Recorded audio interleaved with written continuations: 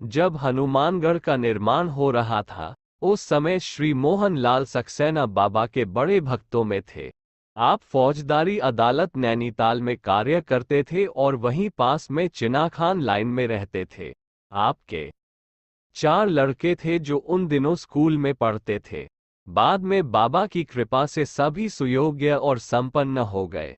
उन दिनों जब जब बाबा नैनीताल आते और 5-7 मील के भीतर भूमि अघार, गेठिया, हनुमानगढ़ आदि कहीं भी होते तो सक्सेना जी नित्य अपने बच्चों के द्वारा उनके पास भोजन पहुंचाते रहे।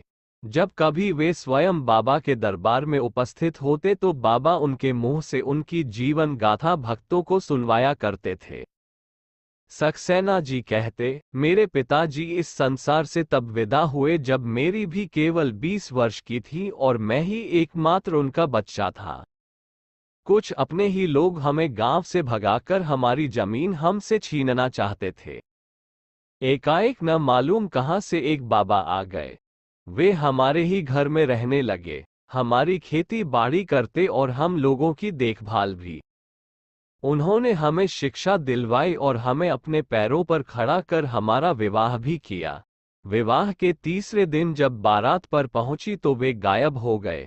ये सब सुनने के बाद बाबा बहुत आश्चर्य दिखाते हुए कहते, देखो, बाबा होकर भी इनके घर में रहता था कि और इनकी खेती की देखभाल करता एक इन लोगों रहा और फिर समय पर गायब हो गया।